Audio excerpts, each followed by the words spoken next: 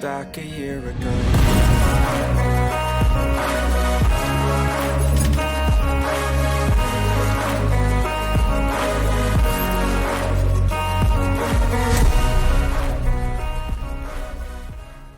Okay, welcome everyone to another episode of the Beer Bound podcast. Very excited to be joined by Professor David Maxwell. David is a lecturer in archaeology at Simon Fraser University. Along with his academic responsibilities, David's part of a community of individuals who collect rare and interesting beer cans. At his height, David had more than 4,500 cans in his collection. That is substantial. We're looking forward to learning more about David and everything that he's up to. So, Dave, welcome to the Beer Bound podcast. Thanks, Andy. Nice to be here. Just point out very quickly before you get any further that 4,500 beer cans sounds like a lot, but compared to a lot of collectors, that's not very many. Really? How big do you think the world's biggest collection is?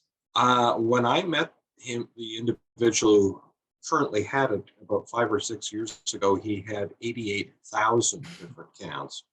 And I'm sure in that time it's well over 100,000. Obviously, he has a very patient wife and a lot more space than I do.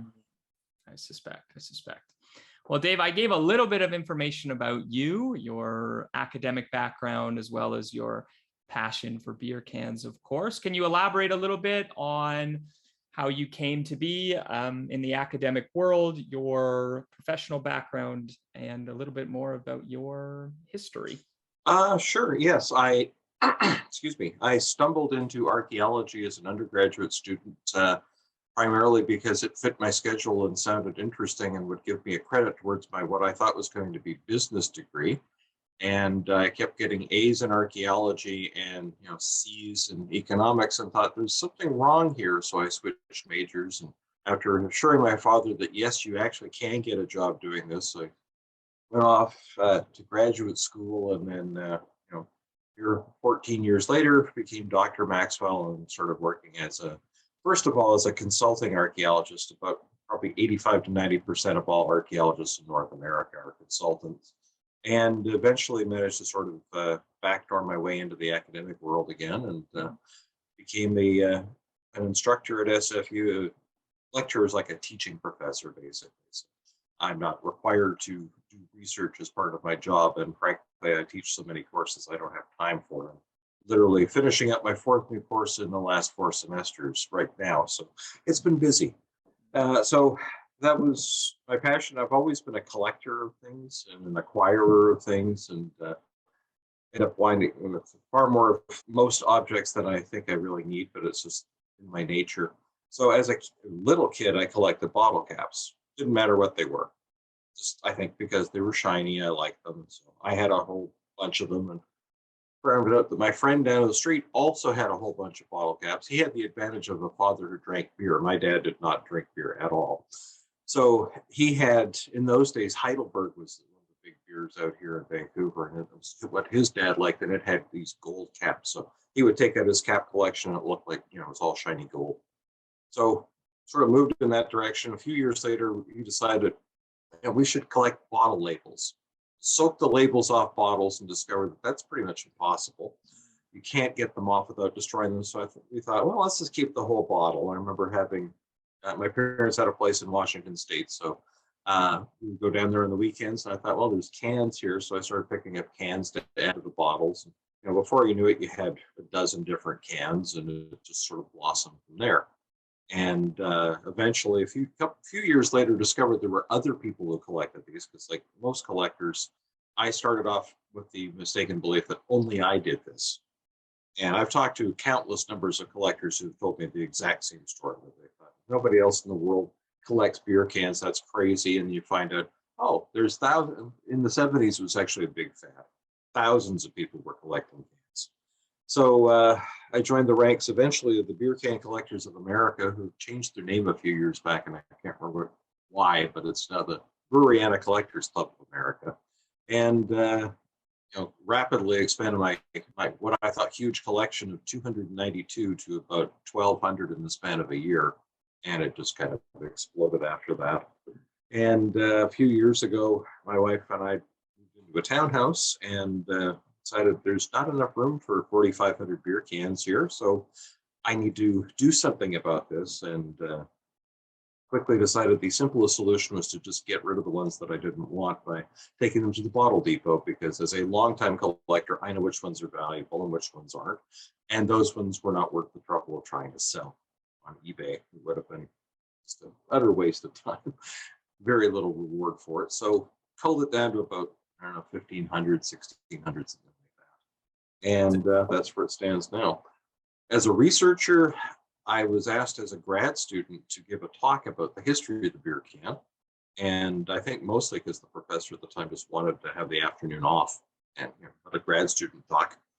And at the end of it, he came up to me and said, "You should publish this." And I said, "Seriously?" And he said, "Yeah." So I did a lot more research for a couple of years and published it. And I know that there's a website called academia.edu, and they give you weekly updates about your most searched paper. And that is, I would say, my number one paper about 48 weeks of the year. There's other ones. Every once in a while, something else will pop it, but it's almost always that. That's so interesting. Can you go back, Dave, and tell us about your knowledge of the beer can? So obviously we've been brewing beer and creating beer for thousands of years, and trying to ship it and transport it. There's logistics associated with beer since its inception, I suspect.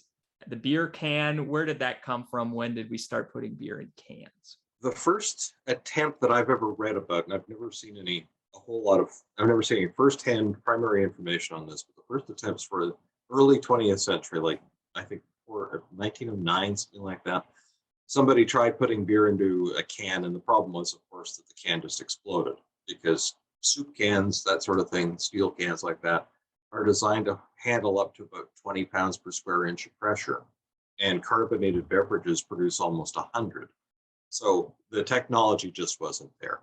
And when they did put beer into those cans, it just reacted with the metal as well and created nasty, horrible, undrinkable solutions. So that was thrown out immediately. And it wasn't until after the US lifted prohibition in 1933 that they started experimenting for real. And the American Can Company came up with a beer can and eventually convinced a regional brewer, which doesn't really exist anymore, but one that was big in the northeastern US, to produce one of their beers, actually an ale, and try marketing in cans. And this was a company called Kruger out of New Jersey. And they marketed their cream ale can in Virginia. The idea being that if it was a flop, it wouldn't hurt their local sales because no one would ever know. And it took off like wildfire. And nobody could believe this, so immediately Kruger rammed out a couple other brands and cans, and American Can was off and running. So this was in January of 1935. First commercial sales, at least in North America. There is some contention over whether there were commercial sales in England prior to this different company making a can. I don't know enough about the British one to argue one way or the other. It's comparable in age. Metal Box Company was the company over there. And so the American Can was a flat top can, basically a steel version of what we have now, except they had to punch a hole in it. Didn't look a whole lot different than what cans look like right now. And because this was a brand new thing, it actually had a panel on the side showing you what the opener looked like and how you opened it. And which I have always found quite fascinating. And of course, collectors being imaginative group, we call these opening instructionals. Yeah. And they mostly date from the 1930s, usually pre-World War II, but some companies didn't bother to change their label. And there was one, I can't remember which one, out of the American Midwest that continued to have opening instructions on their cans up until the mid-1950s. I think by that point, everybody knew how it worked, but they just never got around to changing that.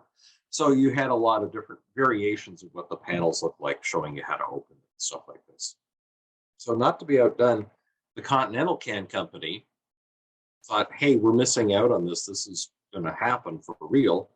And they came up with an alternative, and they basically made a metal bottle. which collectors call cone top cans. Mm. And the idea was that you didn't have to buy a canning line because you could put it on your bottling line and it would have a bottle cap on top of it. So by July of 1935, that's what they were doing. And the big difference was that they appealed primarily to smaller brewers. Schlitz was the only national one that ever used cone top cans in the US. And in those days, Schlitz was number 2. They were really, really huge. So that was a real coup. But everybody else was regional or local. So you see lots of cones out there that are usually small breweries, which, frankly, there's plenty of them. I see it shows and stuff like this. I've never even heard of this brand, much less this brewery, because went out of business in 1940 in Omaha or something like that. So that was going on. So you had these two rival can companies producing very different types of materials. And again, the big appeal was you don't buy the canning line. The canning line would cost anywhere from $35,000 to $50,000 at the height of the Depression. That was a lot of money. So the bottling line option was a much cheaper one. So cone top cans continued along. They changed shape a little bit. They changed quite dramatically between the beginning of World War II and the end of World War II. The spouts becomes taller. A third company out of Chicago also brought out a cone top can. And theirs looked a little bit different again because I guess for copyright infringement, they couldn't make it identical. Theirs never caught on, so they changed it after a couple of years and made it sort of short and fat and covered it with aluminum. And they called it, because they were the Cork, Crown, and Seal Company, they called it a crown tainer. And crown tainers look very much like the metal bottles that you can buy today in some places. They're still big in Europe. They come and go in North America, it seems. I've never been a big collector of those. But I remember when they first started putting out the aluminum bottles, which a lot of collectors call bottles, everybody taking one look at them and going, wow, crown tainers are back. I thought these went out in the mid-50s, but here they are again. And these also had bottle caps. So you had that stuff all going on at the same time. So you have a whole bunch of different varieties of cans happening at the same time fairly early on throughout the 30s and 40s up until really cone tops are gone by the mid 1950s. Few really tiny brewers stuck it out till almost 1960. In Canada, of course, we're much more conservative, and we jumped on the beer can wagon promptly in 1948, a mere 13 years after it started in the US. And we did have some cone tops. Canadian cone tops are pretty scarce. I have 5 or 6 different ones. There's about 23 or 24 in total. And some of them will go for multiple thousands of dollars if you can actually find one. Needless to say, I don't have those ones. But we also had punch top cans. The first one being Molson Export. Looks quite different than it does now. And I must admit, I've always got a kick out of the fact that both in around, the early 2000s, both Molson and Labatt's put out historic can sets. They did these modern replicas of what their cans looked like at different times. And I thought, you guys could have consulted any of us and we could have told you this is all wrong. You've got the wrong dates, you've missed labels, you've got a label that was never put on a can. If you're going to celebrate your history, at least get your history correct. Labatt's missed an entire really nice label design that was on all their brands in the 60s. We call it the Tulip. It looks kind of like a Pilsner glass, highly stylized label. And they didn't put that on at all. And they put the one from the 70s and said it was from the 60s. No, wrong. But oh well, that's the way it goes. It should have used you as a consultant, Dave. They should have. Yeah, Molson, as I said, they put out a label that never existed as a can. Wow. But that's the way it goes. And then I know a couple of years ago, I saw Moosehead in the store here, and they had sort of recreated what their label looked like in the 50s, but not quite. But it's a nice throwback. Interesting. Well, when did you know, Dave, when the standard can just sort of took over? I mean, now definitely in North America, you sort of just have one can that's sort of standardized between everything, not only in beer, whether it be pop soda cans. I mean, we have tall cans now, particularly in the craft beer world. We love one right here, yes. Yeah, Dave, you're sporting one, yeah. Yes. But basically, it's the same thing. It's just a bit taller. When did that come to be? When did we? You kind of mentioned that like into the 60s, then we sort of had a standardized can that just sort of Yeah, took over? late 50s, maybe 1960s when the last of the cone tops were being produced. And after that, everything looked pretty much the same, although you still had multiple can companies out there and others beyond the ones I've mentioned, all producing basically the same design. And you started to get it throughout the 50s and 60s in the US, you had a lot of weird sizes. For example, 12 and 16 ounces have been standard for a very long time. 32-ounce cans, quart cans back in the beginning of the 1930s and up through the mid 50s, they were popular in the States too. That's an American quart. So just around, not quite a liter. But in the US, you had, in addition to those, in the Western US, you had 11-ounce cans, you had 15-ounce cans. I've never known why they went for those sizes, but they did. In the southern states, they had 10-ounce cans like we used to have in Canada when I was a kid, pop cans for 10 ounces. Really? And a few other oddballs. 14 ounces was a big one in the sort of southern states as well for a while. So just a lot of crazy sizes, but most of those finally fell away by the early 70s. See, I've acquired a couple of really odd mid 70s era 15-ounce cans, primarily because I'm curious about stuff like that, but you don't see them very often. So pretty much everything was standardized by that time. Why we went with the American sizes, I assume, was for production purposes, because there's no inherent reason for us to do this. And we really started to do that in Canada in 1984, or maybe 85, somewhere around there. When we finally made the big switch to aluminum, US start seeing aluminum cans as early as 1957, and they become really common by about 63, 64. And by the early 70s, they're really outnumbering steel cans. Canada, we experimented with aluminum right off the bat, 64, 65, and it vanishes in 67. I don't know why. It just goes away, and we don't see it again until, like I said, about 84. And in the early days of Canadian aluminum cans of the 80s, they would say both metric and standard sizes. So 12 fluid ounces, 341 mils, which is what a bottle was, I think still is. I've always been confused by that because eventually, about a year later, they switched to 341 mils, 355 mils, 12 fluid ounces, because 341 is actually 11 and a half ounces in the old imperial system.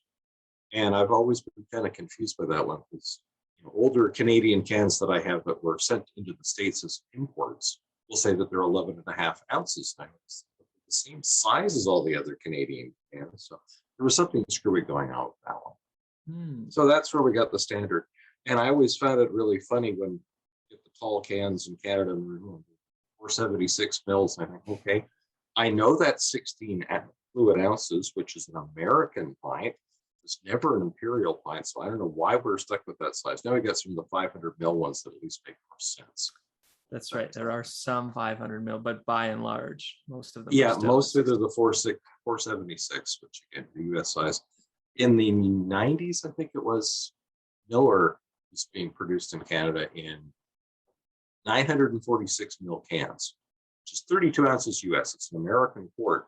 But again, it was one of those ones where you look at it and go, how on earth did you come up? I know how you came up with this number, but nobody else is thinking about this. Going, what a strange amount. Why not make it a whole liter instead of almost a liter? But that's just the way it goes. Yeah, that is interesting. I don't know if I've answered your question or just drifted off in a different direction. No, definitely. I mean, Dave, do you know, I don't know if you know this, but in an American context or a North American context or a global context, do you know what the percentage is in terms of can usage or bottle usage? I don't know current numbers. I know that in the US, cans outsold bottled beer, I think all forms of beer that you could actually take away with you, as opposed to draft. Yep. By about 1965, cans were number one. In Canada, in 1983, cans made up 3% of beer sales. I don't know what it is now. I would imagine it's probably in the 20 to 25% range, but that's a guess. I don't have any numbers to back that up. you see a lot more of them now, and they're perfect for the craft brewers because now they've got the technology where you can fill them by hand. You don't have to put in a canning line. But and the sticker labels and shrink wrap labels and all that kind of stuff, I think it's become really good because I mean, the primary appeal of the can in the first place was always the protection of what's in it. Mm-hmm. The fact that there's no light penetrating it, and because of that, it's supposed to stay fresher. Apparently, the clear bottles were the worst ever, which is why I always thought it was funny that Miller High Life insisted on putting their stuff in clear bottles. You can sure see the sediment in the bottom nicely when it's clear, but I don't know what else it's doing. Yeah, but it damages. So that's kind of when product. what the numbers are. Globally, I don't know. Mm. I know my wife and I were in Europe about 7 or 8 years ago, and of course, every place we would stop, every port, I would go and as soon as we'd see a store, I've got to go in and see what the beer situation is here. Lots of cans, lots of bottles as well. I made a point of trying at least one can of every one that I encountered. I can assure you, everything in the Mediterranean. Study. Yeah, it was. Everything in the Mediterranean tastes like Heineken, unfortunately. Or, I mean, for me, I'm not a big lager fan anymore. Mm-hmm. Interesting. So do bottles interest you at all, Dave, or you're a can guy? I'm mostly, I can thank my mother for this. She told me when I was about, I don't know, maybe 12 or 13, pick one or the other, but not both. So that was, I had a lot more cans than bottles, so that was an easy choice. I have a few bottles, mostly in my office at work. It's my home office that you're seeing here. I like the old Canadian long neck bottles, pre-stubby, primarily because, again, as a kid, when I first saw them, none of us had ever seen anything like that because they were older than we were, and that was this ancient history. I thought that was really cool. So I've got a couple of dozen of those. I have a handful of Stubbies that I kept just because I like the labels. Uncle Ben's most, a few other oddball ones. But in general, I don't really collect bottles. Mm-hmm. Yeah, the Stubbies were predominantly what you saw like in the 60s, 70s. Is that fair to say in Canada? I think it was 61 that they came in as a standardization. Mm-hmm. And the brand I mentioned right at the beginning, Heidelberg, was the only one that wasn't in Stubbies. It came in a different looking bottle that you still see. Often people buy these glass cutting kits and make them into glasses because it had a nice little fat bottom and then a neck on top of it. They cut it in half, stick the bottom onto the top, and you see them in junky antique stores. I always get a kick out of them. I have a full bottle of Heidelberg, and it was my father-in-law's favorite beer, so we have it sitting beside his picture because it's gone. But beyond that, it was all the Stubbies, yeah, for the longest time. And again, it was, as I understand it, it was, I think, Miller when they joined forces with Bats. I can't remember who proves Miller. I don't drink that. But they basically said that they're not putting their beer in Stubbies. You're going to have tall bottles if you're going to have us, and that was the end of Stubbies. Yeah, which you really don't see them anymore, other than in some specialty brands. Yeah, I know somebody, Kokanee locally was doing Stubbies a couple of years ago. Yeah. I know because a friend of ours we went up to their place, and I don't normally drink lager at all, much less the mass-produced stuff. And he said, "Oh, here, have a beer," and handed me an open one. I thought, well, I can't very well say, yeah, I'm not drinking this. I couldn't believe how sweet it was after all the hops I'm accustomed to. But it was in a Stubby. I thought, well, this kind of looks like the way they used to look back when I was a kid. Not quite, but close enough. There's a few craft ones down in Seattle that do Stubbies, or did. It's been a couple of years since I crossed the border. Right. Well, how extensive are beer can collectors in the world? Well, I should preface this too, Dave. Are you particularly only interested in beer cans, or pop cans? Cans in general are interesting. Again, same thing. I used to, when I was hunting for beer cans at when my parents had a cottage in Washington State, I used to find lots of interesting old pop cans and stuff like that. And again, my mother firmly said, beer or you have pop, you do not have both. I wish I'd kept all those Shasta cans because they just had neat labels. I like the way they look. But no, it's only beer. There's just too many other things because I collect lots of other stuff. Do you? Oh yeah, I collect vinyl records. I don't even know, 1,400 of those, something like that. You didn't hear that, Lisa. I didn't say 1,300. I don't really collect books per se, but as an academic, if I was in my work office, the entire wall behind where my desk is just books from ceiling floor to ceiling. But that's And standard that's practice for any standard for academic. professors, yes. Stuff like that. I'm fascinated with the history of Disneyland, so I have tons of Disneyland, Disney history books, and some Disney objects here and there, stuff like that. Mm. I like to describe myself as an acquirer. I just have this ability to find things, and then people go, "Oh, you've got one of those here. Now you got 12 of them." And, yeah, I didn't plan on collecting this, and all of a sudden, now I've got a bunch of them. You gave them to me. I feel bad about not keeping them. So next thing you know, you've got 100 of something. But I always say the first 100 is the easy part of any collection. As for how prevalent collectors are, not that prevalent anymore.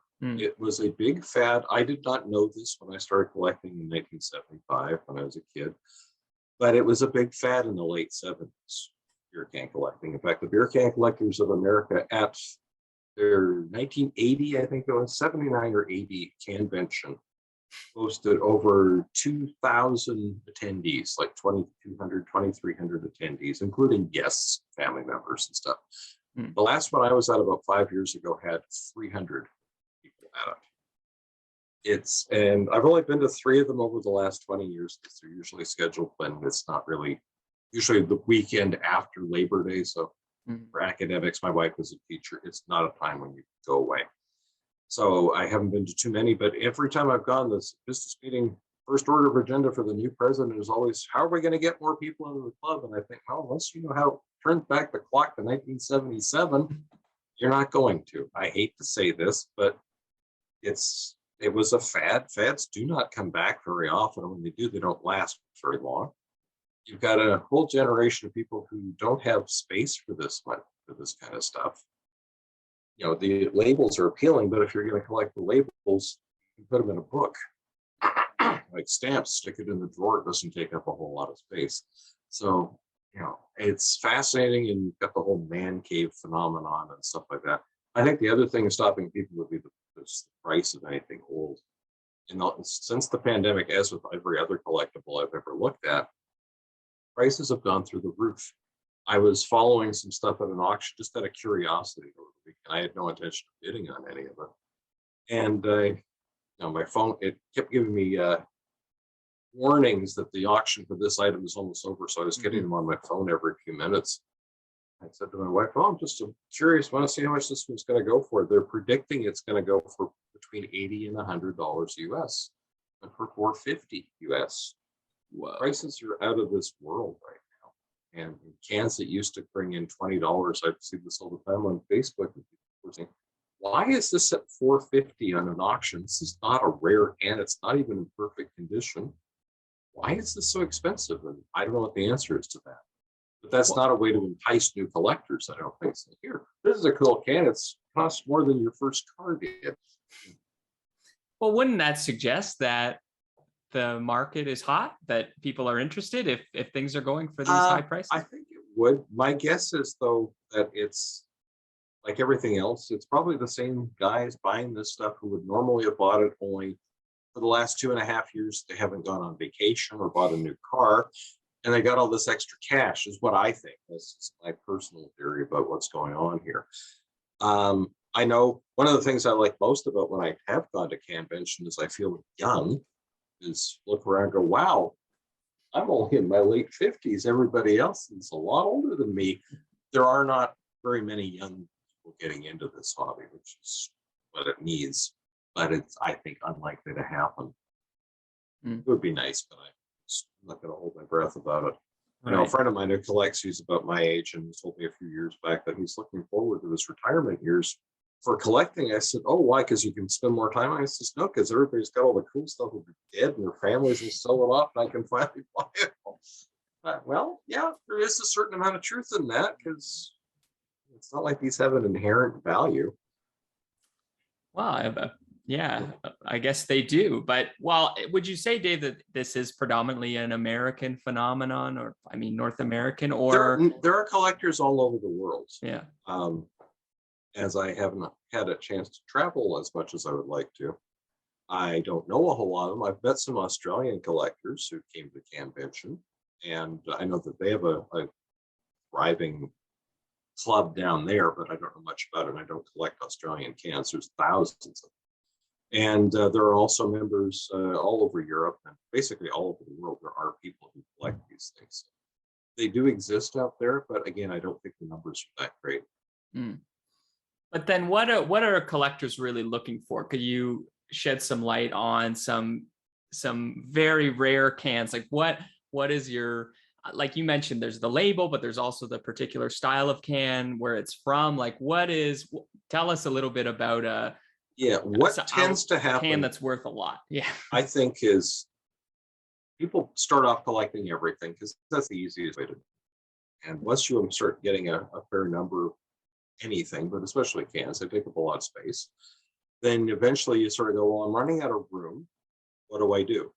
And that means, well, I'm not going to collect this anymore. And I mean, for me personally, because of crossing the border as a kid all the time, I always collected US and Canadian stuff. So the first thing I eliminated was anything that wasn't US or Canadian. I had a few hundred of them. I got rid of all of them. And then I thought, okay, no more current US cans that don't have any space for them. And then, okay, a couple of years later, and yet another Labatt set, Budweiser, here's 50 different Super Bowl cans that all look exactly the same as the 49 we put out last year. Well, I'm done with current cans from Canada. So for me personally, it's steel Canadian cans or the rare 60s aluminum ones and older US stuff. That's all I'm interested in. Everybody collects what tends to be local things that people like, or some region that you like, or a brewery that you like.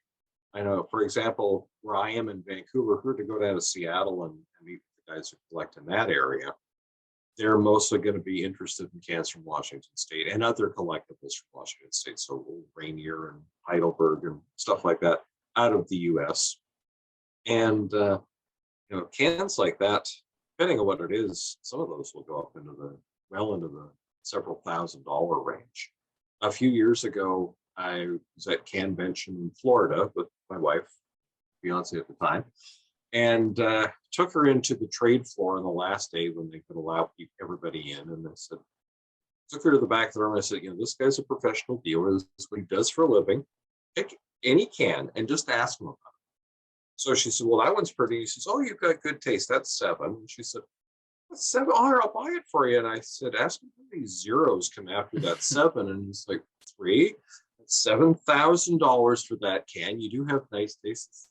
I don't need a $7,000 can. As for the big ones, there's lots of them, but for North American collectors, really popular ones, in the late 60s in Phoenix, Arizona, the National Brewery, Carling National, same as Carling up here in those days, put out a set of cans, I think without permission, called James Bond 007. And they featured pretty pictures of London and pretty girls. And they were immediately told, can't sell that. You don't have a license for that. And pulled off the market. They're not super duper rare, but they're very, very popular, and they'll go for hundreds, if not thousands at this point. An international one, Tennant's out of Scotland, puts out, I don't know if they still do, for years and years and years, they put out the Lager Lovelies, they call them, the pictures of pretty girls on them. But they also put out a set of cans in the 50s and 60s that had like castles and landmarks and stuff. And some of those will go for thousands. Do you know, Dave, the most expensive can that's ever been purchased on an auction? Last I heard was $100,000. Wow. For 2 of them, actually. One called Tiger. Tiger beer is a one of a kind. There's only one known. The other one is same brewery called Rosalie. There's 3 or 4 of them known. One perfect one and a couple of really nasty, really rough ones. They're from Chicago from the 30s, and I think the rumor, I might be wrong about this, I apologize in advance. I think the rumor is that Al Capone owned the brewery, but they're one of a kind. And there's a lot of stuff out there that will bring in $20,000, $30,000 US right now, if you happen to have one. Either rarity or desirability or both. super rare cans tend not to be as valuable as ones that are more popular, simply because people don't know about them.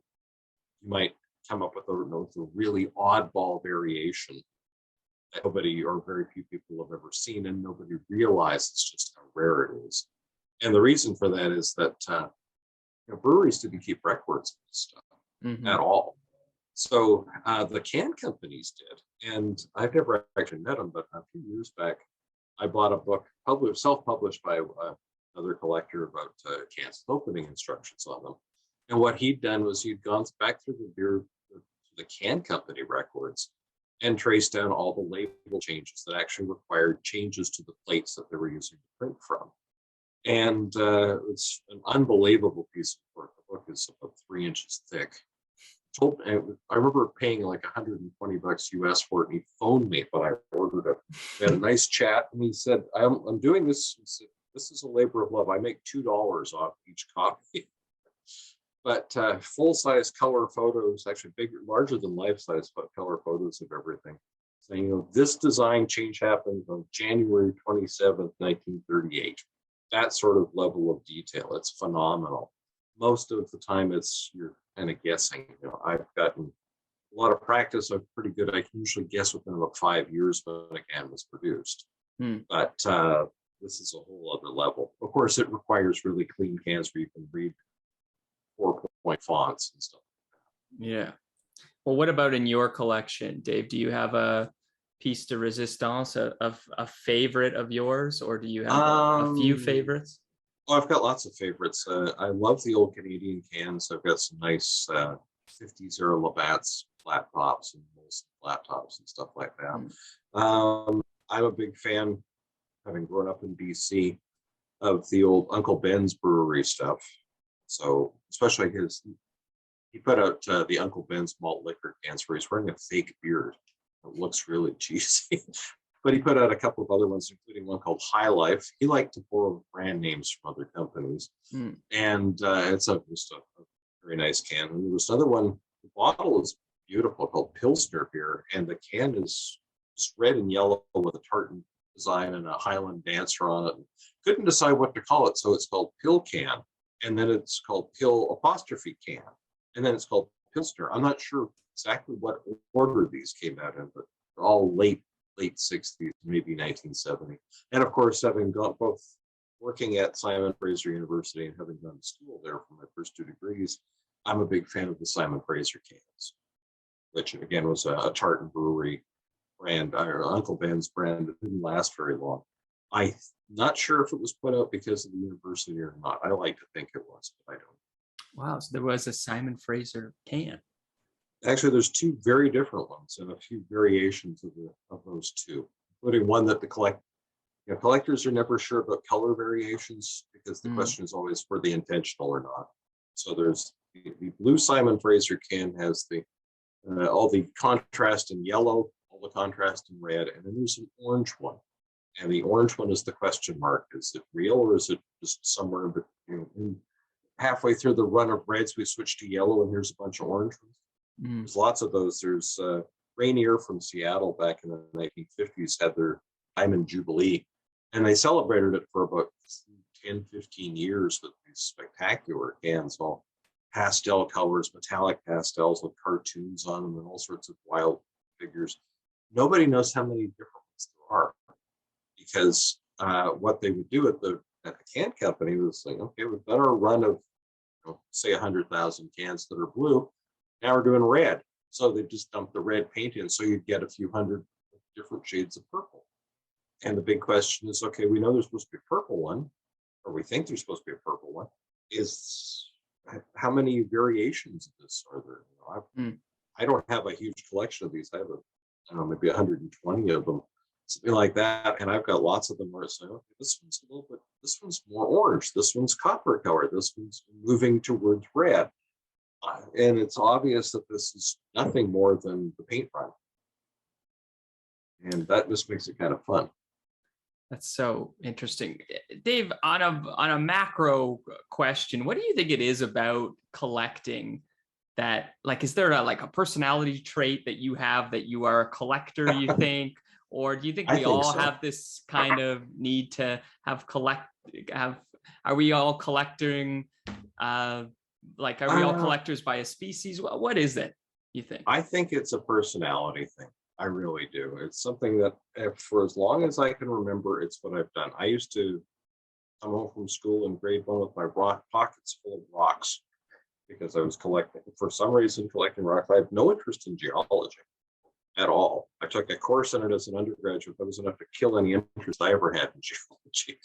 But I think it's something, it's almost like you want a form of control over something and to be able to demonstrate to me as an archaeologist and somebody who's concerned with dealing with issues of chronology and this comes before this comes before this comes before this. I think that's a big part of it, be able to show that, you know, this is the transition. It goes from this one to this one to this one. And you probably see cans on the wall behind me. That's one of the things that's fun about doing this, is that you can sort of look and say, okay, one of the things I often like to do when people will ask to see my collection, somebody comes over to the house or whatever, is I like to pull off, saying, okay, you know what a Budweiser can looks like, right? Everybody knows what a Budweiser can looks like. Nice red, white, and blue patriotic. I like to pull one off from about 1936 and say, it hasn't changed much, has it? This one's gold and has a big black eagle on it. It looks very, very dramatic. And of course, when the US entered World War II, that was the end of the gold with the big black eagle, because that was not a good combination. So that's when they started making things red, white, and blue, which I think things like that are quite intriguing. I also love some of the breweries, especially I've always loved the California breweries from the early days up to the 1960s. And they would make store brands for anybody who wanted one. You've got a grocery store, you want your own type of beer, here it is. Here's your label. And what they would often do is say, okay, we've got this design and it needs a new brand name. So it's no longer Western Gold. Now it's Old Heidelberg. Here we go. And it looks exactly the same. And all we've done is change the name on it. And I personally, again, I find this very interesting, because you sort of look at it and you think, from the perspective of marketing, if you're trying to sell something, I'm no expert, but it would strike me that if it didn't sell as this one, making another name that looks exactly the same isn't going to help. But again, I'm not a marketing person. That's my take on this. So I'm always intrigued by stuff like that. I really find that quite fascinating. Right. Would you say, Dave, it's more the stories that are connected to it? That's what appeals to you? Absolutely. I mentioned opening instructional cans. A few years ago, the last time I was able to go to Canvention was about 5 or 6 years ago in Portland, Oregon. And I was talking with this guy about old cans, of course, and mentioned that I'm an archaeologist. He said, oh, I've got one you might be interested in. And it's an early Coors can. Coors cans haven't changed that much from the 1950s. They look a little bit different, but not dramatically so.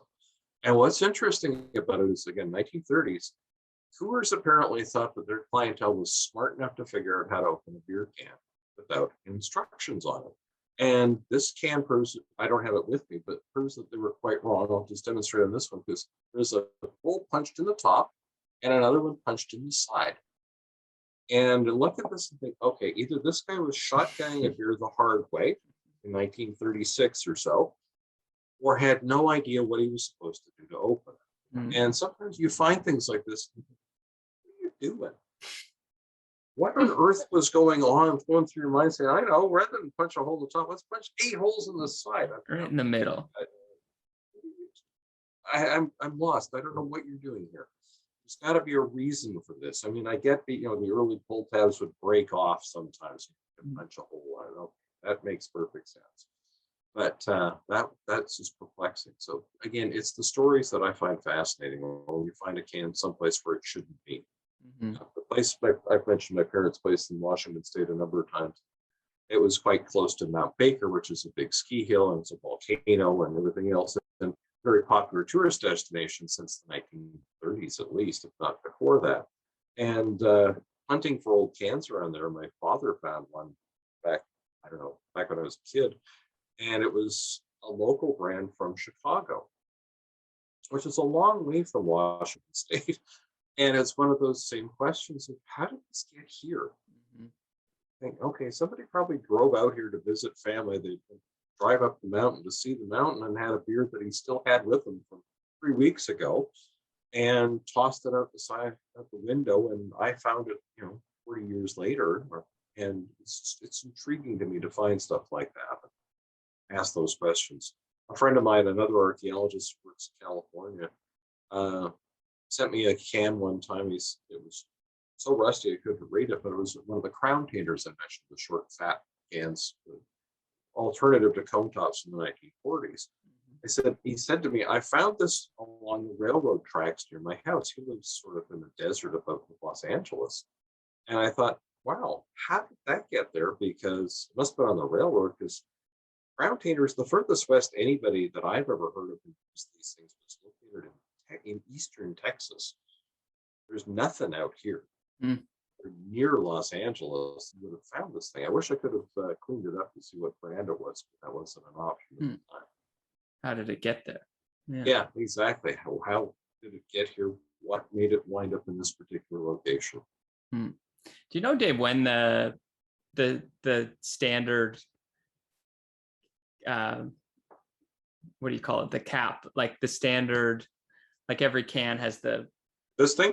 Yeah, when did that come to be? Because I lived in China for a little while, and they still had a lot of their standard macro beers had the pull off tabs. Okay. I guess, yeah. They're technically called self-opening cans if you don't need an opener. They first appear in 1962. Contrary to what it says in Trivial Pursuit, if you ever play the whatever edition that one was, Baby Boomers edition, it's not 1963, it's not Schlitz, it's Iron City 1962 from Pittsburgh. Okay. Never had it. I'm told it's the worst beer ever, but I've never actually tasted it. Anyways, so that's when you first get the original, what's called the zip top, and it's a precursor to a pull ring. So the early ones, it was very much like the zipper on your pants or on your sweater or your jacket. And you would zip it open. That was the idea. It was not easy to do. You would cut your fingers. Yeah. You eventually improved it over the years. By about 68 or so, you start getting pull rings. So you stick your finger in, like what you're describing from China, and pull it off with the ring.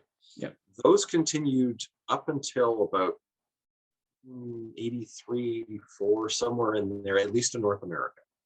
But at the same time, you had a lot of people, environmental folks, who didn't like the pull rings because they were twice as much litter, because you had this extra piece, and they were, you always see these horrible pictures on the news of the crow or the raven with the pull ring wrapped around its beak, and it was starved to death. Horrible stuff like that. So Oregon banned them in 1971 or 72, and so you had a brief resurgence of flat top, punch top cans there for Oregon for a little while, where they figured out what to do. And originally they came up with push button ones, probably not old enough to remember them. We had them in Canada on pop when I was in high school, maybe. They were a pain. You couldn't open them without you need like a spoon to push this thing open. It was so hard. And by about 77, 78, you got the early versions of this is called a stay tab, because it stays in place unless you pull it off. But it's not designed to be pulled off. The original ones looked a little bit different. They, for some reason, show you this if I can. There you go. You see, it's got the ring on it. But initially, what they had across here, rather than the ring, which you could get your finger into and grab and pull easily, they had this sharp thing that looked like a crown that would hurt every time you'd open a can. It was really stupid. Eventually, they got rid of that and wound up with this we have now. So, like I said, 77, 78 is when they start to appear.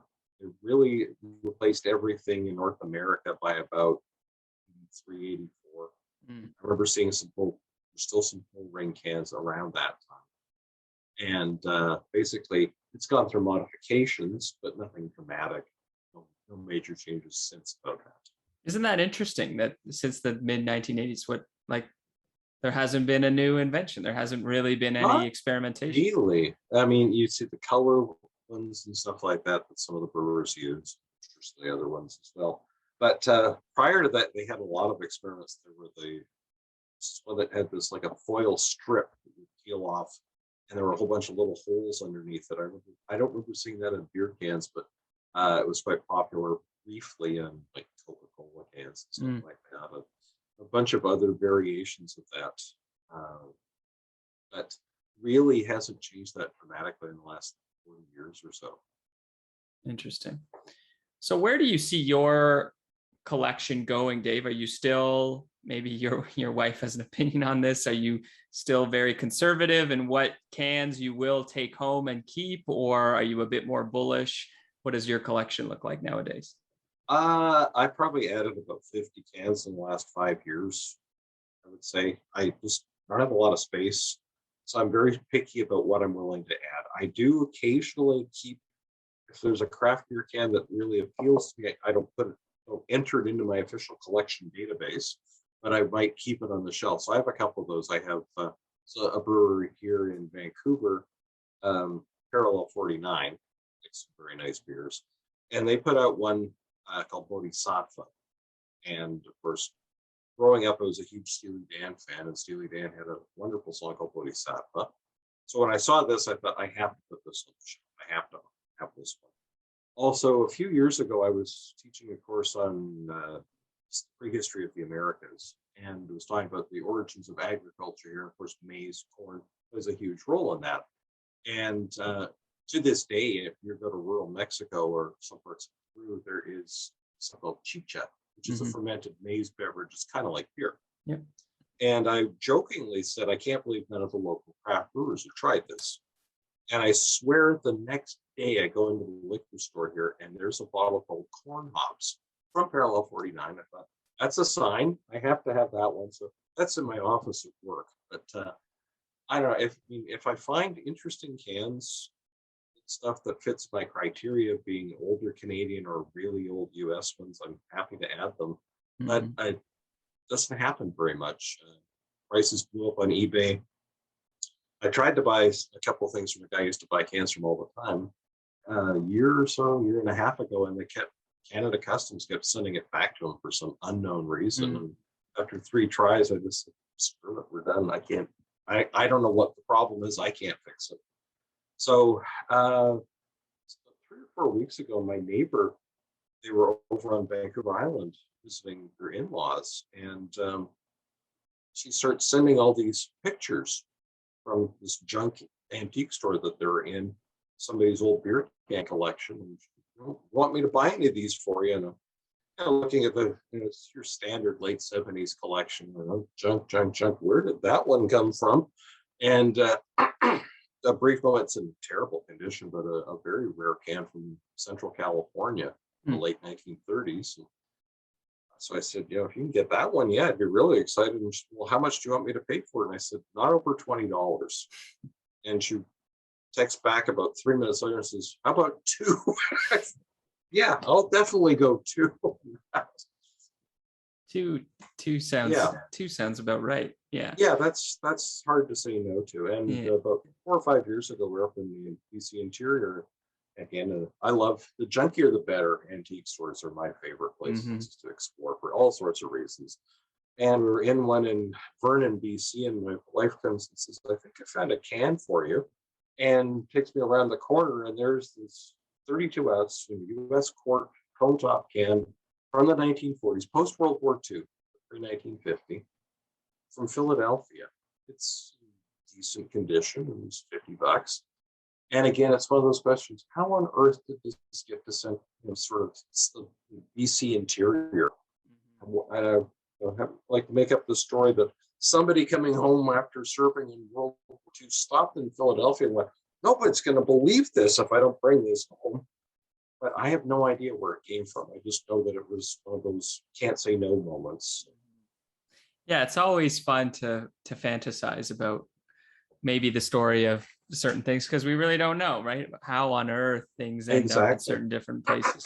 It's pretty fantastic. An old friend of mine lives in Northern California, Eureka, and bought this old house, and he said he had a neighbor who was kind of crazy, and this guy was going through his basement and had this half case of beer cans, and Dave managed to get one for me. They were still full, humidity spotted, some rust, but not bad. And he brought it to me, and this, of course, was since we both live on the West Coast, we met at a conference in Philadelphia. Brought it all the way there for me. And, it's in the condition it's in right now, probably bringing about $60, $70. in perfect condition, probably 4,000 or 5,000. And it was funny because another friend of mine, the only other archaeologist I know who collects beer cans, he was giving a presentation at the time, a poster presentation. So he was talking, he was still a grad student, talking to somebody who could advance his career, and sort of waves me away. I don't have time right now. I pulled this can out of my pocket, and it was priceless watching it. So as you can see from where the hell did you get that from? End of discussion. I want to know about this can. That's so interesting. I periodically tell our local club members if they want, I'll bring it out to a trade session. We can open it up and see what it tastes like. Yeah, I know. I was going to ask, like, when you find a can that's full, do you empty it or you leave it full? Usually, this one I didn't, but usually I empty them. Yeah. Because if you drop it, it can get pretty disgusting. Yes, I suspect. And I know I did that one time, and that was a can that was only about 20 years old at the time. And I remember it started to foam around the pull tab, and but that's not a good sign. I raced outside and shot vinegar beer across the yard. But, at least you made it in time. Well, Dave, we're coming on our hour mark, and I want to be respectful of your time as well. But I do have one question. Do you? Oh, of course. Do you? I mean, I know you published an article close to 30 years ago about beer and beer cans. Is that still an interest of you in your academic work at all, or that's more of just your little side hustle? What is it to you? It's really my hobby, but I have periodically thought about publishing a follow-up because there's a lot more details that I can provide now, and lots more photos now that photos are something that are much easier to take than they were back in the early 90s. Setting up the dark room to print everything. Mm-hmm. But I'm so busy teaching that I don't have time for anything like that. It's more pipe dream to go, yeah, I could do that. And I think, if I do that, it's going to take months. As soon as I finish this course, get a brief vacation, and I just have to update another course from scratch. And until I retire, I'm not going to have time. Is the way I see it right now. So it's not an ongoing academic interest. It's more of a curiosity. And whenever the archaeology meetings, the big ones, come to Vancouver, I do try to present something on beer cans because I admit it, I'm lazy. All I have to do is pull out a couple of dozen and take them with me and put them on a shelf, the sign that says, "Here I am." And I spend the next 4 hours talking to people about, look at these old cans. It's cool. And it's a lot of fun. Yeah, well, you're a great speaker, Dave. So I think that's definitely worthwhile. Well, what I do for a living. Yeah, yes, of course you do. A great lecturer, Professor David Maxwell from Simon Fraser University, and beer can extraordinaire. Dave, thanks so much for taking an hour to chat with me. Appreciate it. Oh, my pleasure. I enjoyed it. Looking forward to connecting again soon. That sounds good. You take care. Bye-bye. Bye for now. Be sure to subscribe to stay up to date on all our interviews and beer-related content. Remember, craft beer is here.